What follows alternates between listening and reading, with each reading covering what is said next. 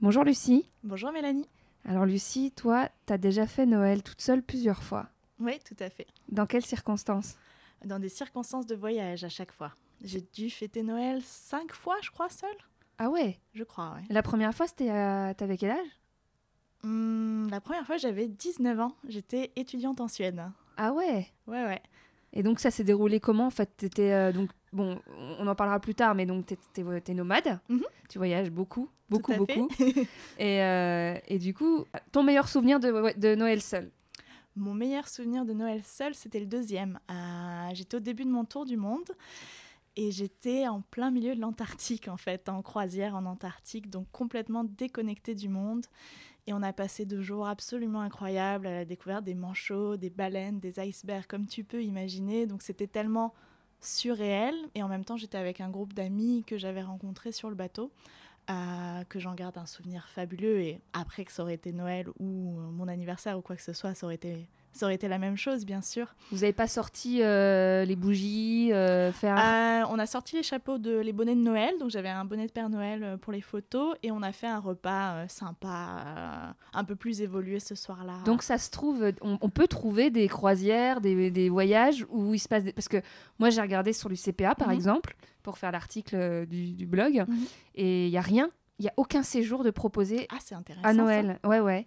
Alors c'est pas vraiment un séjour Noël, c'est vrai que la saison commence en décembre pour aller en Antarctique, donc c'est vrai que c'est le bon moment pour y aller, mais c'est pas vendu spécial Noël, c'est juste tu t'y trouves à ce moment-là, et il y en a au Nouvel An aussi, enfin voilà, ça dure 10 jours, donc c'est comme ça. Et t'as pas une seule fois culpabilisé de te dire je suis loin de ma famille, je devrais être en famille, ou la famille qui t'aurait fait culpabiliser? Non, bah après, quand je suis partie, j'ai dit un peu à tout le monde que je partais pour 10 jours et que j'aurais pas de nouvelles. Et moi, j'ai trouvé ça génial de ne pas recevoir des dizaines de SMS ce jour-là pour me souhaiter joyeux Noël, parce que je trouve ça très, très faux, en fait. Et j'étais contente de vraiment être dans le moment présent avec les gens avec qui j'étais, peu importe qui ils sont au final. Et cette croisière, c'était quoi Enfin, t'as le nom Bah moi, j'étais avec une compagnie qui s'appelle Quark Expeditions. C'est une compagnie canadienne, mais il y en a plein en fait Ouais, ouais. qui partent en ce moment. Moi, c'était il y a 5 ans, mais ça continue d'exister. C'est très cher. Ouais, j'imagine C'est bien. un budget important, mais c'était vraiment chouette. Et quelque chose de spécial qu'on a fait ce jour-là, on a ramassé des glaçons en fait qui avaient 20 000 ans, je crois.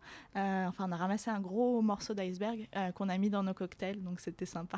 Ah ouais. Ouais, ouais. Là, en quelque sorte, t'as quand même fêté un peu Noël. Oui, on a fêté ça, même si c'était pas vraiment dans la tradition et dans ce qu'on imagine de ce que Noël doit être, en fait. Oui, de se forcer parfois, souvent, parce que d'ailleurs, j'ai bossé un peu le sujet avant de faire ce podcast. Bien. Et j'ai vu qu'il y avait, bon, déjà, il y a 9 Français sur 10 qui fêtent Noël en moyenne. C'est Ok. énorme, hein, c'est une vraie Ouais, injonction à ouais. la société. Mais surtout qu'il y a 72% des personnes qui n'aimeraient ne pas le faire avec leur belle famille. Avec leur belle famille, Ouais, ok. donc c'est qu'il y a quand même 72% de personnes qui sont pas complètement heureux Qui de le faire font Noël. à contre-cœur. Ouais, Ouais. ouais. Mais je pense que c'est un problème de pas fêter comme on le souhaite Noël ou quelles que soient les fêtes que l'on souhaite. On se sent obligé par la société, par la famille, par quoi que ce soit de faire quelque chose. Et moi, je trouve ça très problématique, ouais. Après, ouais, en même temps, tout est fermé. La plupart des choses sont fermées à partir de 18h le soir de Noël. Puis c'est vrai que nos amis, si on bouge pas et si on voyage pas, nos amis qui sont d'habitude auprès de nous, même les célibataires, la plupart partent voir leur famille ou restent en famille. Et du coup, c'est vrai qu'il y a quelques personnes qui restent sur la touche. Mais après, on peut toujours considérer ça comme une journée normale. Moi, je me souviens quand j'étais étudiante, j'avais mes examens très tôt à la rentrée. Et donc, je fêtais pas le Nouvel An. Je rentrais dans ma chambre d'étudiante et je regardais des films et ça n'avait pas d'importance. Pour moi, les dates n'ont pas d'importance. Au final, c'est un chiffre quand on y réfléchit, surtout si on n'est pas dans les traditions, dans la religion, etc. Et pour moi, si on pouvait fêter Noël en août avec ma famille, ça m'arrangerait parce qu'il ferait beau et j'aurais pas besoin d'être en France. Et d'ailleurs, toi, t'as quand même des bons souvenirs d'ados, de gamines de Noël. T'en as des bons. Enfin, je veux dire, tu détestes pas Noël. Alors, Noël avec ma famille, c'est cool parce que j'ai une famille sympa, donc on se marre bien, etc. Par contre, pour moi, c'est pas important. Si on pouvait faire ça autour un truc de pétanque ou j'en sais rien à voir. Enfin, le principe de se donner des cadeaux, les arbres de Noël, les chansons de Noël, tout ça, j'aime pas. Par contre, ça m'intéresse pas. Je trouve ça vraiment kitsch et c'est pas mon truc. Et bon, actuellement, c'est vrai que voilà, je suis pas du tout dans la nourriture à foison. Je suis végé, donc je mange pas de foie gras. Enfin, c'est vrai que c'est compliqué. Aujourd'hui, c'est le Noël que je vais vivre cette année avec ma famille, c'est pas forcément celui que j'imaginerais, c'est sûr. Mais visiblement, hein, d'après toutes les études, pour beaucoup de personnes, c'est une période compliquée. Les psys disent dans les interviews que tout le monde commence déjà à leur parler de Noël. C'est le pic des séparations. Autour de Noël, les couples se séparent parce qu'il faut affronter la famille, on ne peut pas aller vers la maîtresse, on doit faire un cadeau à quelqu'un qu'on n'aime plus. Enfin, c'est vraiment une période, donc c'est le but aussi là, de discuter de ça, c'est que c'est pour rassurer aussi toutes celles et ceux qui vont se retrouver seuls à Noël ou qui aimeraient bien l'être, parce que je pense qu'il y a des envieux aussi. Et donc du coup, moi ma question que j'avais, c'était, ça te poserait pas de problème de faire, enfin, sachant que ta famille est en France, tu te verrais ne pas fêter Noël du coup, vu que tu l'as fait étudiante J'ai fait le Nouvel An étudiante. Alors, ouais, je le verrai, mais c'est vrai que je me sens une obligation par rapport à ma famille d'y aller. Bon, il faut aussi savoir que j'ai perdu ma maman il y a 5 ans quand j'étais en voyage et que mon père m'a demandé de rentrer le Noël suivant, ce que je comprends très bien. Et c'est vrai que depuis, c'est quand même un moment où on peut se voir tous ensemble et on ne se voit jamais tous ensemble avec ma tante, mes cousins, etc. Donc c'est vrai que je ne me verrai pas le faire actuellement. Après, je ne sais pas ce qu'il en sera dans les années à venir. Donc, en fait, la bonne astuce, si on peut dire, si on a les moyens, parce que quitte à pas faire Noël, l'argent qu'on met pas dans les cadeaux, c'est de se barrer, entre guillemets, d'aller dans une destination loin de la... Parce que du moment que t'es pas en France, ça va, tu culpabilises pas de pas faire Noël, c'est ça ?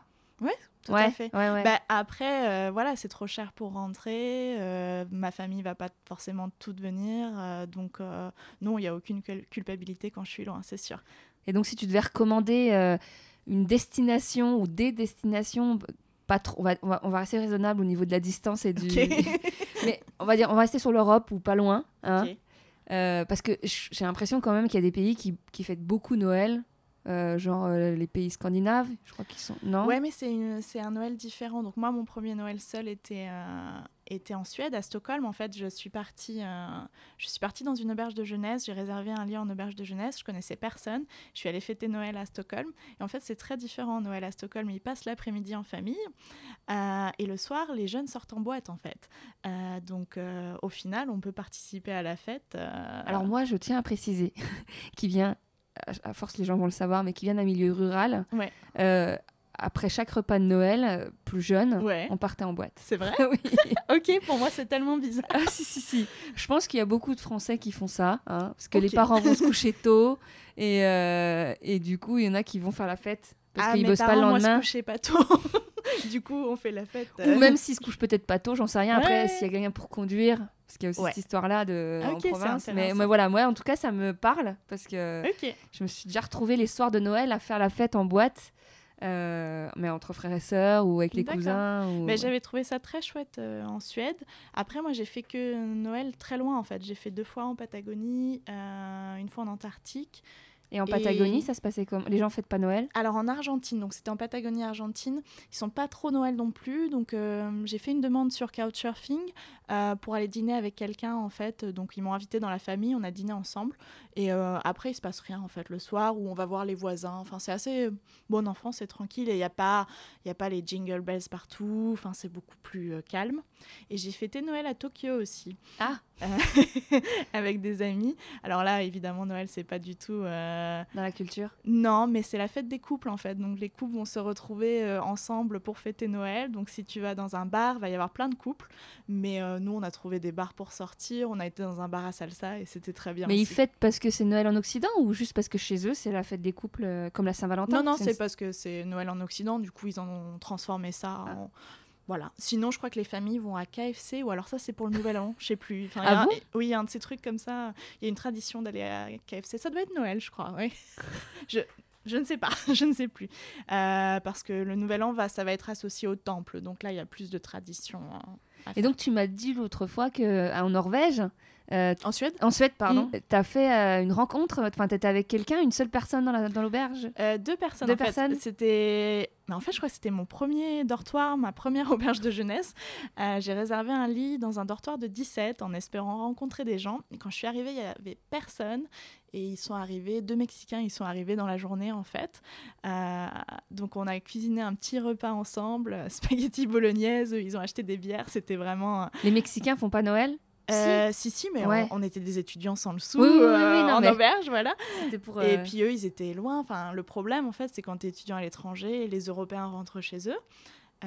Les autres, soit ils voyagent, soit ils restent là où ils sont.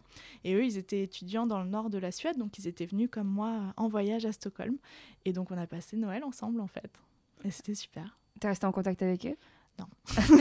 Bon, Non, c'était il pourrait y avoir une super grande amitié qui C'était il y a 12 ans, hein, donc ça date. Et l'esprit de Noël, on sait jamais. C'est vrai. Donc, on note l'histoire de voyager. Hein. Ça, c'est la bonne option pour celles qui sont... Voilà. Mais du coup, j'en profite que je t'ai là pour parler voyage. Parce que le podcast, enfin l'interview que j'ai fait d'Émilie de Travel and Film il n'y a pas très longtemps a beaucoup plu. D'accord. Et donc, je profite d'avoir une autre personne qui voyage beaucoup et une femme pour lui poser des questions. Ça marche. Du coup, tu voyages depuis quel âge? Enfin, depuis quel âge tu as décidé que ta vie, ce serait du voyage? Mon année Erasmus en Suède a vraiment été déterminante. C'était la première fois que je voyageais et je savais que je voulais continuer à voyager, mais je ne savais pas comment ce serait possible d'intégrer ça dans ma vie. C'est devenu une évidence au milieu de mon tour du monde, en fait. Je suis partie à 26 ans en tour du monde et j'ai réalisé que je ne voulais pas rentrer, en fait, que je ne voulais pas revenir et qu'il allait faire que je mette des choses en place pour continuer de voyager. Ouais, t'avais pas juste envie de te poser quelque part autre que la France, t'avais vraiment envie de découvrir le monde. Oui, j'avais envie d'avoir vraiment une vie nomade, ça s'appelle du nomadisme digital. J'avais vraiment envie d'avoir mon propre rythme, de travailler sur la route et de partir où bon me semble, quand bon me semble. Ouais. La première fois que t'as voyagé, c'était seule? Oui, ouais, pas avec c'était en Suède. Ouais. Avec ma famille, je crois qu'on a été au Portugal et en Espagne quand j'avais 6 ans, donc je m'en souviens absolument pas. Ça n'a pas été compliqué au départ? De voyager seule? Ouais. Non. Il y a 10-12 ans, c'était pas vraiment... Démocratisé comme ça l'est un peu. C'était pas démocratisé, mais du coup, c'était pas non plus mis en avant comme ça l'est en ce moment. Et c'était pas... Personne me disait, mais tu voyages seule, mais oh là là. Ah ouais? Pas vraiment, c'était un peu normal. Je faisais déjà pas mal de choses seule, donc c'était un peu une évidence, ouais. Alors que maintenant, on me pose beaucoup plus de questions, parce que j'imagine que plus de gens veulent le faire, je sais pas trop, mais... Ouais, moi j'aurais pensé que justement, 10-12 ans en arrière, on aurait plus jugé. Alors peut-être que les gens me jugeaient, mais me le disaient pas. Bon, après, je suis restée en Europe pendant très longtemps, donc peut-être que ça a aussi joué.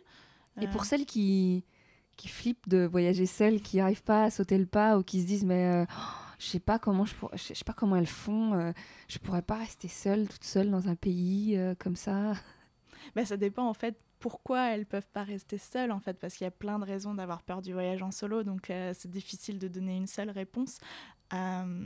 Si c'est pour la sécurité, il faut se dire que le monde est bon, il m'est rien arrivé en 12 ans de voyage en solo, absolument rien. Je me suis rien fait voler, des taxis m'ont arnaqué, mais c'est classique.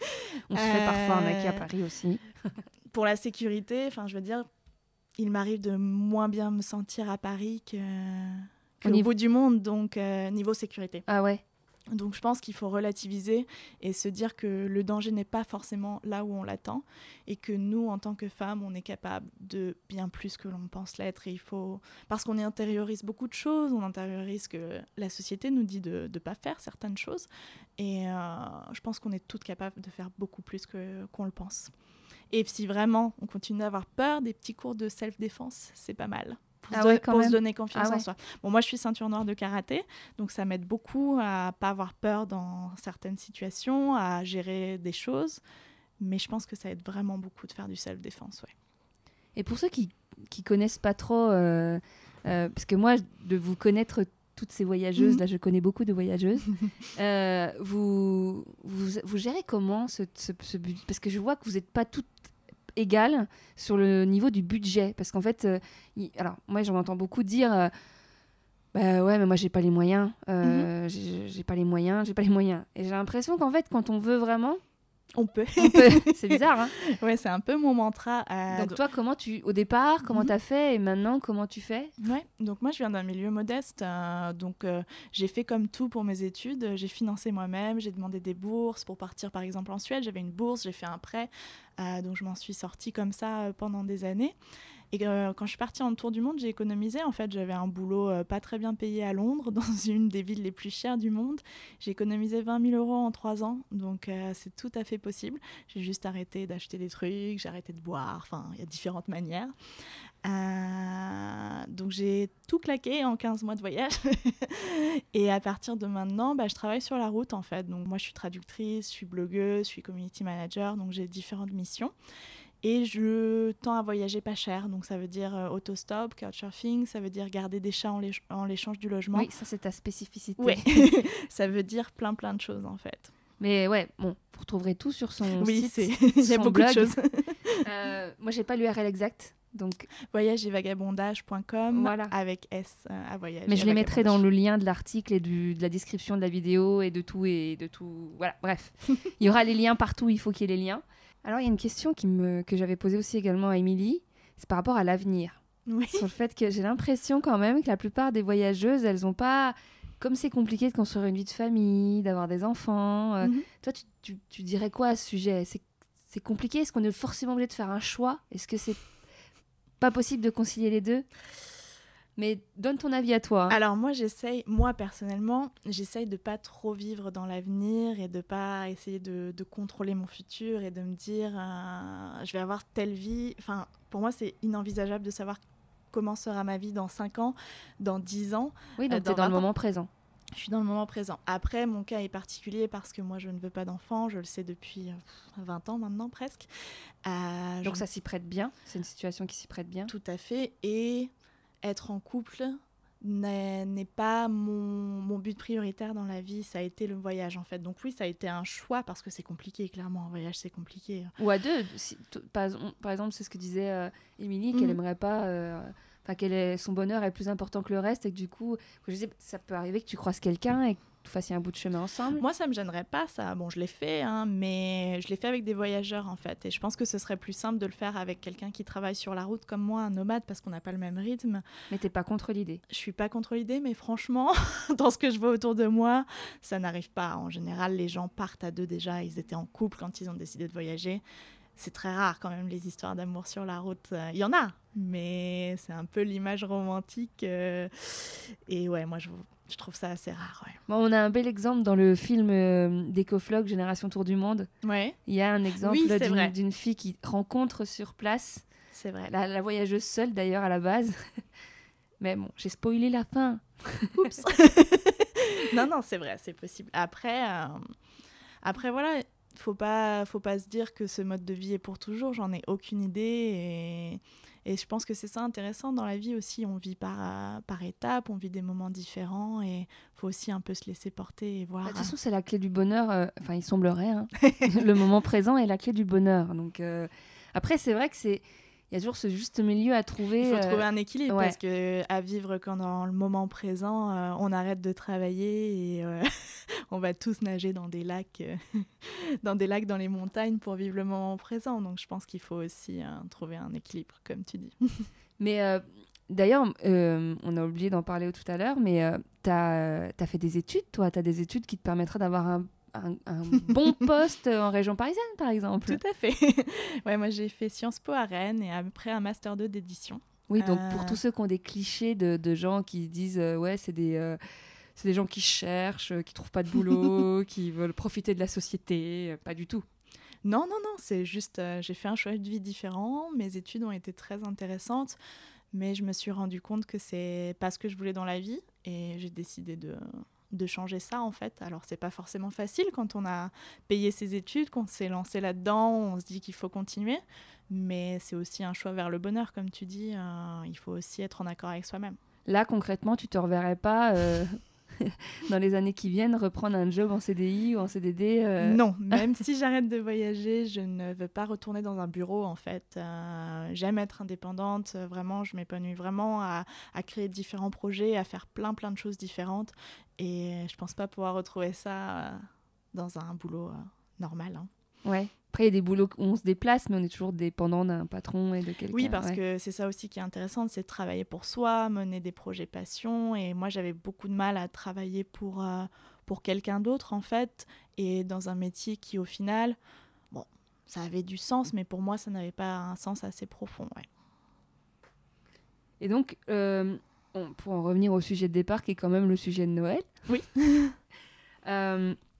Tu me disais aussi que tu as quand même fait, parmi tous les 5 Noëls que tu as fait à l'étranger, il y en a un que tu as vraiment fait seule, toute seule, sans voyageur croisé dans une auberge, sans couchsurfing, rien du tout. C'est-à-dire En fait, je gardais un chat, justement. Je gardais un chat dans une superbe maison face à un lac en Patagonie. Et j'avais juste pas envie, en fait, de céder à cette pression sociale, de devoir faire quelque chose, de devoir... Et j'ai juste décidé de vivre une journée de vacances, donc de pas travailler, mais de faire ça pour moi. Alors, je me suis cuisiné tous les petits plats que j'aimais, je me suis habillée pour moi, je me suis maquillée pour moi, je suis allée voir un coucher de soleil sur le lac. Il y avait moi, puis quelqu'un au loin qui n'avait pas besoin de parler, il était juste là, il avait cuit son truc, et puis on s'est jamais parlé. Puis je suis rentrée à la maison, j'ai mangé, j'ai regardé un film, et je me suis couchée tôt, et c'était génial. Et t'as pas eu une seule fois un moment de tristesse, un moment de te dire je devrais être à tel endroit avec ma famille, je devrais... Non, j'ai reçu des messages de ma famille parce qu'avec le décalage horaire, ils l'ont fêté avant moi. Mais c'était cool pour eux. Et voilà, moi, je suis vraiment pas dans le regret, pas dans l'attente. Je pense qu'il faut vraiment être heureux avec ce qu'on a dans le moment présent et quoi que ce soit, en fait. Ouais. Et puis j'ai aussi fait, du coup ça m'a poussée à faire mon anniversaire l'année dernière absolument seule aussi. J'étais en Suisse à garder un chat. Ça j'ai déjà fait. Ouais. Pas garder un chat à mon anniversaire. Moi ça a l'air redondant de garder des chats pour les événements apparemment. J'ai jamais été trop... En plus moi je suis née en juillet et il n'y a jamais personne. Donc du coup les grosses fêtes où on est 40 ou 20, il n'y a jamais personne. Donc du coup ça oblige à trouver des alternatives. Ouais, puis au final c'est pas si grave quoi. Non. Bah non, moi j'ai même des copains qui partent pour leurs 40 ans, il y en a un, il est parti tout seul à l'autre bout de la planète, en mode, moi ce passage-là, j'ai envie de le passer seul. Ouais, j'ai pas envie d'avoir les réflexions des gens autour de moi, d'avoir les... ah ça y est, tu passes un cap. De la quarantaine. Voilà. Ouais, puis je pense qu'au final, toutes ces fêtes, je pense qu'il faut vraiment se poser la question, est-ce que je le fais pour moi ? Est-ce que je fais cette fête d'anniversaire pour moi ? Ou est-ce que je le fais pour les autres parce qu'on attend ça de moi ? Je pense que c'est très important en fait. Ouais, ou l'image qu'on veut donner aux autres. Parce que là, on va être inondé sur les réseaux sociaux de tables de Noël, de plats de Noël. Moi, je l'ai déjà fait, donc je suis pas... Ouais, bien sûr. Mais de sapins de Noël remplis de cadeaux, alors qu'au final, si on en regarde les études encore, les chiffres, les 3/4 des gens, c'est prouvé, ils vont se prendre la tête... ils vont peut-être pas être contents de leurs cadeaux, c'est pas une partie de plaisir pour la grande majorité des gens en fait. Et c'est vraiment dommage parce que ça devrait être un moment où on se retrouve justement, où on fait preuve d'amour envers ses proches. C'est ça qui est le plus important au final, c'est pas l'iPad ou le truc qu'on reçoit. Mais moi je lisais en fait, pour en revenir à quelques chiffres, vu que j'ai vraiment bossé mon dossier. C'est bien. Il y a les urbains, ils appellent ça les gens qui vivent en ville, par définition. Donc, ils disent que 25% des urbains ne fêtent pas Noël tous les ans. Et que la première raison, c'est la famille. Ils sont 37% dans ceux qui ne fêtent pas Noël. Ils n'y vont pas à cause de la famille, parce qu'en fait, ils ne sont plus dans les valeurs de leur famille. Oui. Ils sont incompris, il y a un désaccord complet. Tu parlais tout à l'heure d'être végane, même niveau politique. Je pense que cette année, au repas de Noël, il y aura surtout l'histoire des Gilets jaunes. Ah oui, c'est vrai. Je pense que ça va être très problématique pour beaucoup de gens. Oui, politique, religion, homosexualité, choix d'un partenaire, ça peut être tellement de choses, voyage. Il y a tellement de raisons sur lesquelles on peut s'engueuler. Après, faut voir si on est capable de gérer ça avec stoïcisme ou pas. Moi, je me fais régulièrement interroger par ma famille sur mon végétarisme et clairement, je sais que j'aurai les questions à Noël, donc voilà, je suis prête. Et ce qui est intéressant dans ce que tu disais tout à l'heure, c'est le fait de dire est-ce que j'ai vraiment envie d'être là ?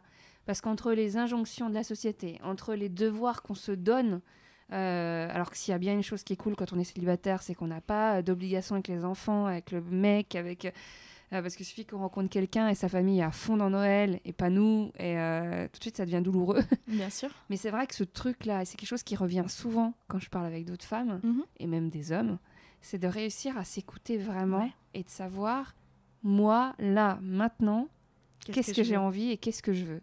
Et c'est dans tous les domaines que ça vaut, que ce soit le voyage, le travail, l'amour. Est-ce que je veux vraiment être avec telle personne? Est-ce que je veux vraiment...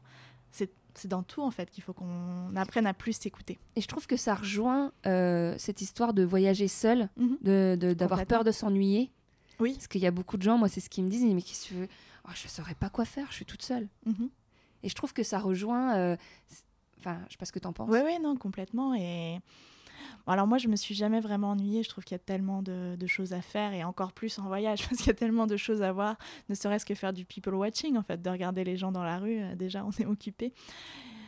Le problème avec ça, je pense, la peur de l'ennui, la peur de ne pas partager, il y a aussi, je pense, une grande peur d'être avec soi-même. Et ça, il faut vraiment qu'on travaille chacun dessus, parce que on ne sait pas ce que peut amener la vie, on ne sait pas combien de temps on va être à plusieurs dans notre vie, ou si on se retrouve seul plus tard. Et je pense D'ailleurs, j'en profite, je fais une petite parenthèse, excuse-moi. Une femme sur 2 est seule, vit seule après 75 ans. Ben voilà, donc si c'est pas maintenant, ça vaut peut-être le coup de se pencher sur la question dès maintenant. Exactement, savoir ce qu'on aime, comment être bien à l'aise avec soi, confiance en soi, il y a tellement de choses. Et puis après, si on ne veut pas faire face à toutes ces pensées tout le temps, je veux dire, un bon bouquin, un bon film, une randonnée, il y a tellement de choses à faire dans le monde. Mais c'est surtout qu'il y a plein de gens qui ne savent plus se retrouver à gérer eux-mêmes entre la télévision, entre tout, les applications de rencontres, et machin. On a tout, les réseaux sociaux, pour nous occuper et nous faire croire qu'on n'est pas seul, ou nous occuper l'esprit pour pas qu'on se retrouve en se disant... Alors attends, la vie que j'ai en ce moment...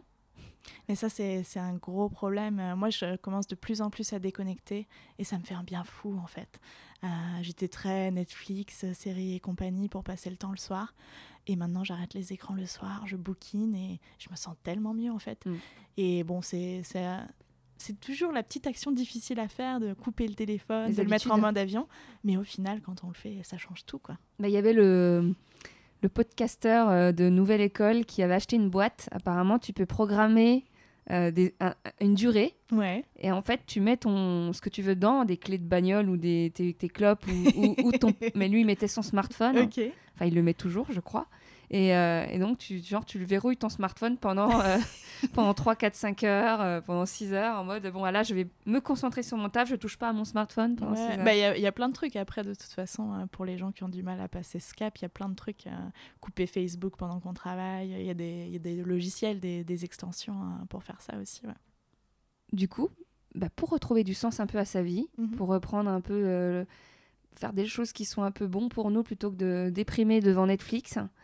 Il y a des associations à Noël qui proposent, il y a pas mal, enfin il y a un site qui s'appelle, je crois c'est bénévole. quelque chose, mais en tout cas vous le trouverez facilement sur Google, on le trouve facilement.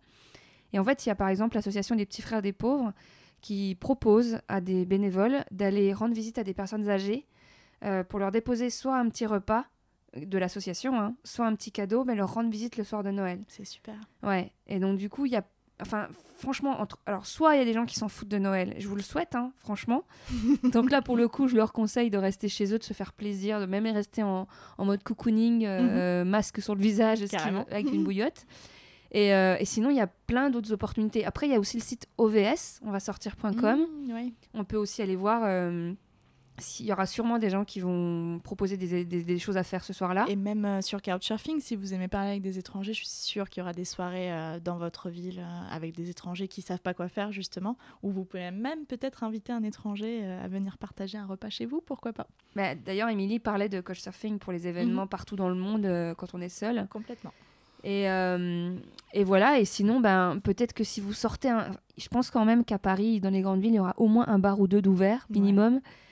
Peut-être que c'est l'occasion de faire la rencontre, de trouver quelqu'un qui est vraiment seul. Parce que franchement, à part un problème de train, si quelqu'un est seul à Noël, il y a de fortes chances qu'il soit célibataire. Oui, c'est vrai. Moi, je dis souvent... Enfin, moi, je dis à un moment donné, il faut juste voir les choses telles qu'elles sont. Bref, il y a plein d'options à Noël pour ceux qui veulent s'occuper. Pour ceux qui ne veulent pas s'occuper, il n'y a pas besoin de culpabiliser. Un dernier mot, Lucie, tu veux ajouter quelque chose ? Oui, juste en toutes circonstances, s'écouter, c'est le plus important, suivre son instinct. Et des bonnes fêtes de fin d'année à tout le monde malgré tout. Bonnes fêtes à tous malgré tout. en décembre ou en juillet, c'est pareil. Voilà, et puis au pire, il paraît que c'est des cycles la vie et que c'est l'occasion de recommencer à une nouvelle phase en 2019. Tout à fait. Donc prenons le côté positif des choses, fermons les vieux dossiers, fermons tout et allons de l'avant, voilà. Et puis avec ou sans famille, avec ou sans dinde. Sans, c'est mieux. Sans dinde, c'est mieux pour l'environnement, mais bon, on va pas priver les gens de leur dinde s'ils veulent une dinde. Hein. Et joyeux Noël. Joyeux Noël. Merci d'avoir écouté cette interview jusqu'au bout. Si vous avez aimé, n'hésitez pas à liker avec un petit j'aime selon le support où vous l'avez écouté, si c'est YouTube, si c'est SoundCloud. N'hésitez pas à vous abonner également aux différentes chaînes pour être informé des nouvelles publications. Nous sommes aussi présentes sur les réseaux sociaux. Vous les retrouverez tous sur le site lesbridget.com. Et enfin, si vous pensez que votre histoire, votre parcours peut être utile et intéresser d'autres personnes, n'hésitez pas à nous envoyer un message. Merci et à très vite.